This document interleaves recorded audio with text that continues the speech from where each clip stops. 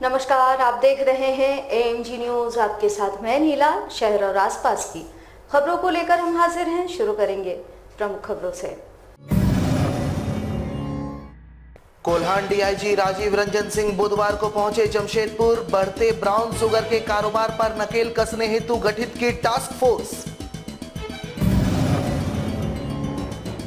वज्रपात से होने वाली मौत को रोकने हेतु जिले के उपायुक्त ने जागरूकता रथ को किया रवाना। वज्रपात के समय बचने के उपाय को किया जाएगा साझा। भाजपा ने संस्थापक डॉक्टर श्यामा प्रसाद मुखर्जी के पुण्यतिथि को मनाया बलिदान दिवस के रूप में। पूर्व मुख्यमंत्री ने अर्पित की श्रद्धांजलि।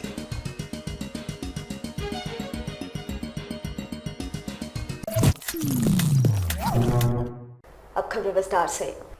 कोल्हान के डीआईजी राजीव रंजन सिंह बुधवार को जमशेदपुर पहुंचे, जहां उन्होंने जमशेदपुर और सरायकेला में बढ़ते ब्राउन शुगर के कारोबार पर चिंता जताते हुए एक टास्क फोर्स का गठन किया। इधर आए दिनों पेपर में ये लगातार प्रमुखता से ये छापा था। जब सरायकेला के आदितपुर और जमशेदपुर के कई थानों में ड्रग्स का काफी रैकेट चल रहा है। हमारे यूथ इसमें बर्बाद हो रहे हैं, तो इसको ध्यान में रखते हुए आज बृहद बैठक की गई है और इस बैठक में निर्णय लिया गया है कि इस जिले में एक टास्क फोर्स बनाई जाएगी। उसके नोडल ऑफिसर, एएसपी, इनके नेतृत्व में टास्क फोर्स बनेगी जिसमें यंग सब इंस्पेक्टर रखे जाएंगे। उस टास्क फोर्स का मुख्य कार्य होगा कि जमशेदपुर और सरायकेला जिला को ड्रग मुक्त किया जाए, कि अगला 15 दिनों तक ड्रग पर क्रैकडाउन किया जाएगा ड्रग के क्षेत्र में। और 26 तारीख को इंटरनेशनल ड्रग डे है, तो उस दिन से हम लोग इसको शुभारंभ करते हुए और इसके रैकेट्स को ध्वस्त करने का कार्य किया जाएगा। झारखंड में वज्रपात के कारण हर साल दर्जनों लोग असमय काल के गर्भ में समा जाते हैं। इसको लेकर राज्य सरकार के निर्देश पर डिजास्टर मैनेजमेंट टीम की पहल पर पूर्वी सिंहभूम जिला प्रशासन की ओर से जागरूकता रथ को रवाना किया गया, जिसे जमशेदपुर उपायुक्त सूरज कुमार ने हरी झंडी दिखाकर रवाना किया। जानकारी देते हुए जिले के उपायुक्त सूरज कुमार ने कहा है कि इस जागरूकता रथ का उद्देश्य पूर्वी सिंहभूम के शहरी एवं ग्रामीण क्षेत्र के लोगों को वज्रपात को लेकर जागरूक करना है। उन्होंने बताया कि इससे वज्रपात के कारण होने वाली मौतों पर नियंत्रण पाया जा सकेगा। तो इस पर्टिकुलर चीज़ के लिए government of India disaster management division के द्वारा राज्य सरकार के सहयोग से वज्रपात के लिए जागरूकता अभियान चलाया जा रहा है। और इसी जागरूकता अभियान के क्रम में आज हम लोग यहाँ से जागरूकता रथ रवाना कर रहे हैं, जो कि समस्त पूर्वी सिंहभूम के लोगों को वज्रपात से बचने के उपायों के बारे में जाके जागरूक करेगा और उसका तरीके भी बताएगा। भाजपा अपने संस्थापक डॉक्टर श्यामा प्रसाद मुखर्जी के पुण्यतिथि को बलिदान दिवस के रूप में मना रहा है। भाजपा के राष्ट्रीय उपाध्यक्ष सह राज्य के पूर्व मुख्यमंत्री रहे रघुवर दास ने इस अवसर पर जमशेदपुर में भाजपा कार्यकर्ताओं का आह्वान करते हुए एक पेड़ लगाने और प्लास्टिक मुक्त अभियान चलाने की अपील की।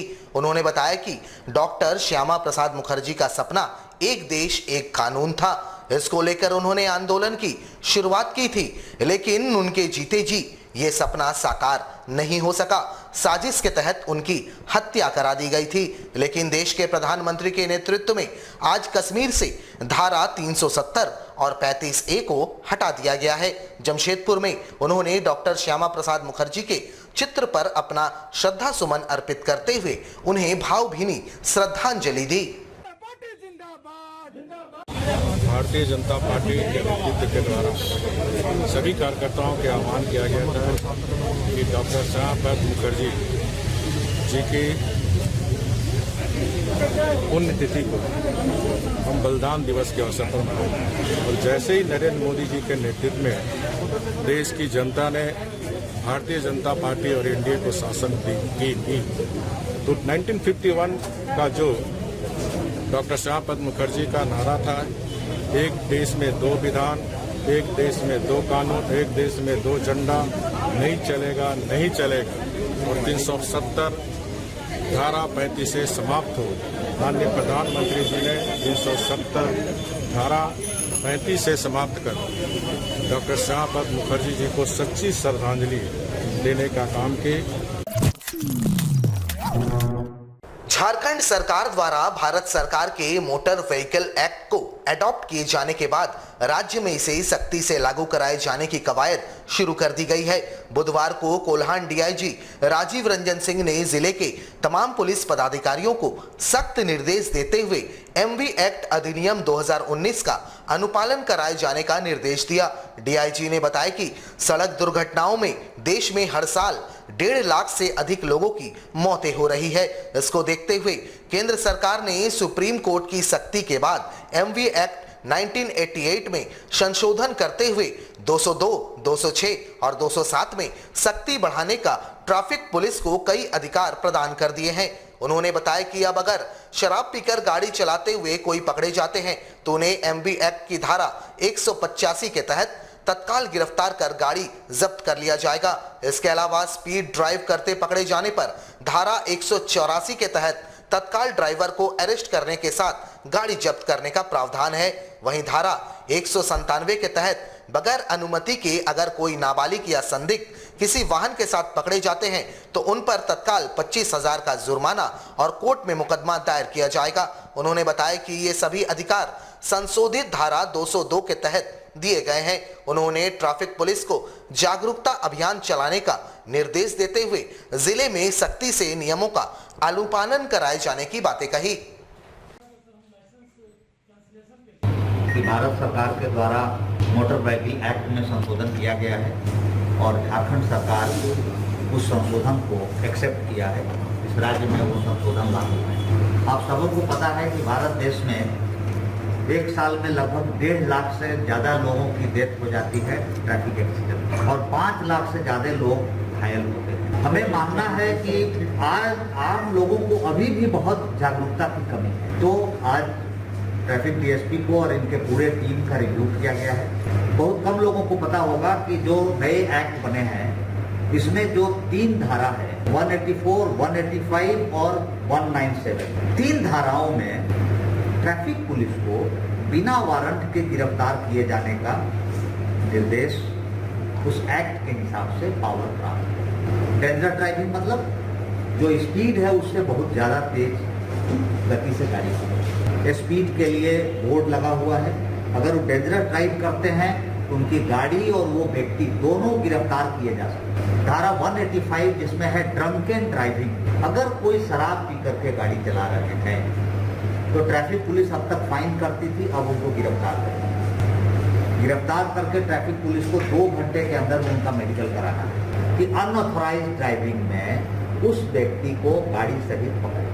तो बेहतर हो कि अगर आपकी गाड़ी कोई और चला रहा है तो एक ऑथराइजेशन लेटर उसको दे दें ताकि पुलिस आपको हरास नहीं करे। जमशेदपुर के बर्मामाइंस निवासी एसआईएस के सिक्योरिटी गार्ड मनदीप कुमार की मौत को संदिग्ध मानते हुए बस्तीवासियों के साथ परिजनों ने मुआवजा और जांच कर दोषियों के खिलाफ कार्रवाई किए जाने की मांग को लेकर मृतक सिक्योरिटी गार्ड के शव के साथ बर्मामाइंस साकची मुख्य सड़क को जाम कर दिया। परिजनों के अनुसार जिस जगह से सिक्योरिटी गार्ड का शव बरामद किया गया वहां के हालात कहीं से भी आत्महत्या जैसा प्रतीत नहीं होता है। साथ ही पोस्टमार्टम के दौरान फॉरेंसिक जांच के लिए कुछ भी नहीं रखा गया जिससे यह साबित हो सके कि गार्ड ने आत्महत्या की है या फिर उसकी हत्या हुई है। वैसे एजेंसी वालों से संपर्क करने पर अब तक उनके द्वारा किसी तरह का कोई मुआवजा का ऐलान नहीं किया गया, ना ही एजेंसी की ओर से कोई सांत्वना देने पहुंचा। वहीं सड़क जाम की सूचना पर बर्मामाइंस थाना पुलिस लोगों को समझाने में जुटी रही। हालांकि परिजनों ने साफ कर दिया कि जब तक जांच का आश्वासन और उचित मुआवजा का ऐलान नहीं किया जाता उनका प्रदर्शन जारी रहेगा। परिजनों ने सहकर्मियों पर हत्या का आरोप लगाया है। में कार्यरत था विगत 7-8 महीनों से। सोमवार की रात को अपना नॉर्मल ड्यूटी गया था। कहीं से किसी प्रकार का किसी को ना आर्थिक दबाव था, ना किसी प्रकार का मानसिक दबाव, ना कोई पारिवारिक कलेश था। ये कंप्लेंट घर पे करता था कि मुझे ड्यूटी में जातीय भेदभावना से प्रताड़ित किया जाता है। प्रायः घर में अपने बुजुर्गों को, बड़ों को, भाइयों को, ये इनको भी बोलता है, उनके अपने भाई हैं। सोमवार की रात में वहाँ से कुछ लोग आए बरामाई थाना के, बोले कि उसका तबीयत खराब है, आप लोग चलिए।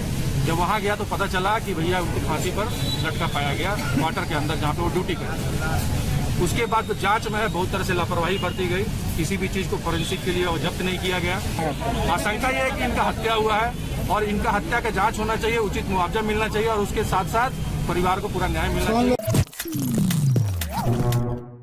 पूरे देश भर में केंद्र सरकार ने वैक्सीनेशन को हर आयु वर्ग के लिए मुफ्त कर दिया है, जिसके बाद वैक्सीनेशन अभियान को और तेज कर दिया गया है। बुधवार को राज्य के पूर्व मुख्यमंत्री रघुवर दास जमशेदपुर के केरला समाजम मॉडल स्कूल में बने वैक्सीन सेंटर पहुंचे, जहां उन्होंने वैक्सीनेशन प्रक्रिया का निरीक्षण किया। वैसे जमशेदपुर शहर में 18 से 44 आयु वर्ग के लोग ज्यादा हैं, इस कारण वैक्सीनेशन सेंटरों पर भीड़ लग रही है और इस कारण जिला प्रशासन लगातार वैक्सीनेशन सेंटरों को बढ़ा रही है। केरला समाजम मॉडल स्कूल में बने कोविड वैक्सीन सेंटर का निरीक्षण बुधवार को राज्य के पूर्व मुख्यमंत्री रघुवर दास ने किया। इस दौरान उन्होंने वैक्सीन देने के कार्य में लगे मेडिकल स्टाफ एवं वैक्सीन ले रहे लोगों से मुलाकात की। उन्होंने इस दौरान कहा कि देश के प्रधानमंत्री ने देश भर में कोविड वैक्सीन को निःशुल्क कर दिया है और सभी से अपील की है कि वे कोविड वैक्सीन अवश्य लें।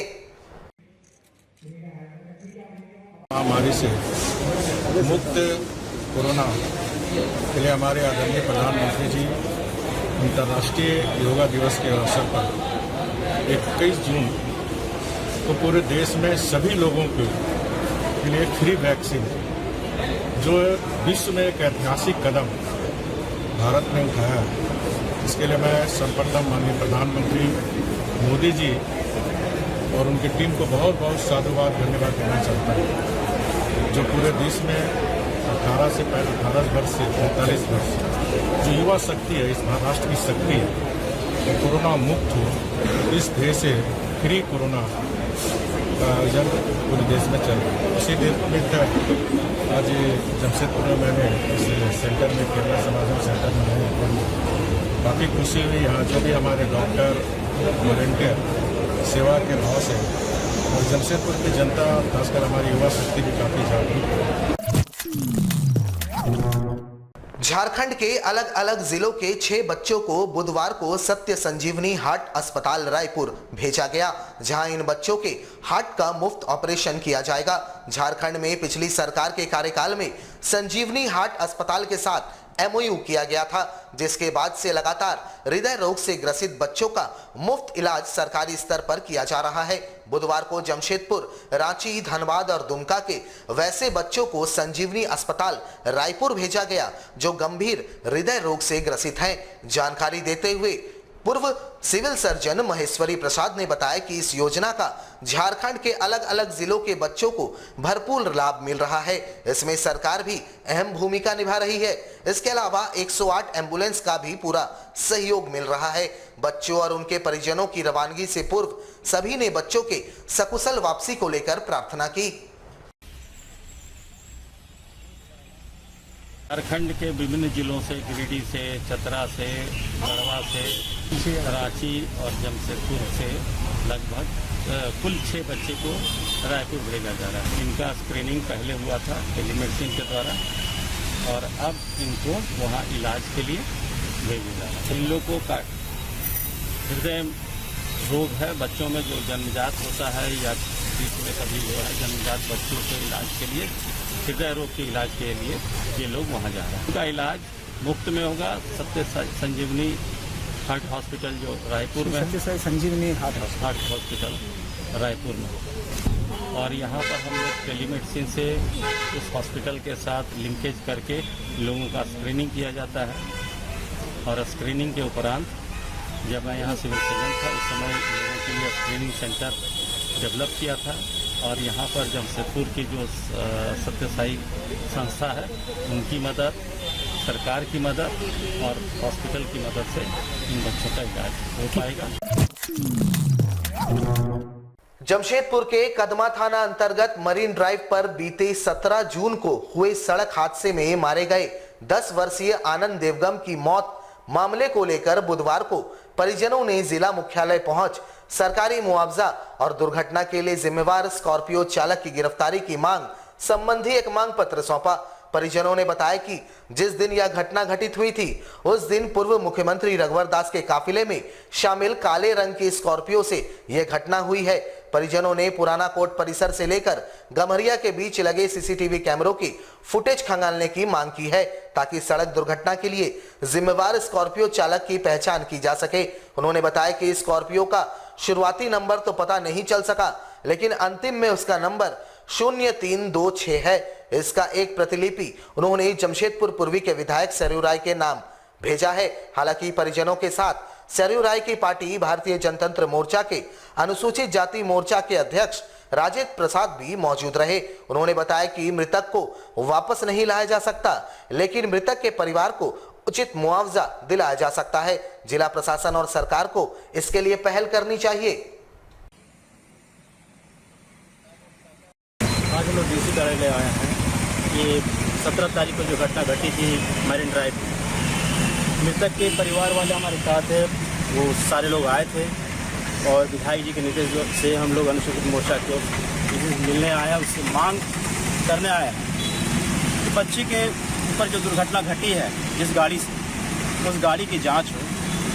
जैसे उनकी मौसी ने बताया कि इस सांची चौक से लेकर गम्हरिया तक की जितने भी सीसीटीवी कैमरा है सभी की जांच हो और उसकी उचित कार्रवाई हो, उचित मुआवजा भी मिले पीड़ित परिवार वालों को। हम लोग ये मांग करते हैं जो अभी तक उनको मुआवजा नहीं मिली है वो मुआवजा भी जल्द से जल्द दिया जाए, जो 15 दिन के अंदर देने की प्रावधान है वो भी मिले और उचित कार्रवाई उन गाड़ी वाले को किया जाए ताकि बच्चे तो वापस नहीं आ सकते हैं, लेकिन कम से कम जो मुआवजा मिले तो उनके परिवार वाले सुखी संपन्न से रह पाए। हमारे साथ लगातार जुड़े रहने के लिए आप हमें YouTube पर जरूर सब्सक्राइब करें। आज के लिए बस इतना ही। कल आपसे फिर मिलेंगे कुछ नई खबरों के साथ। तब तक के लिए AMG न्यूज़ की पूरी टीम को दीजिए इजाजत। नमस्कार।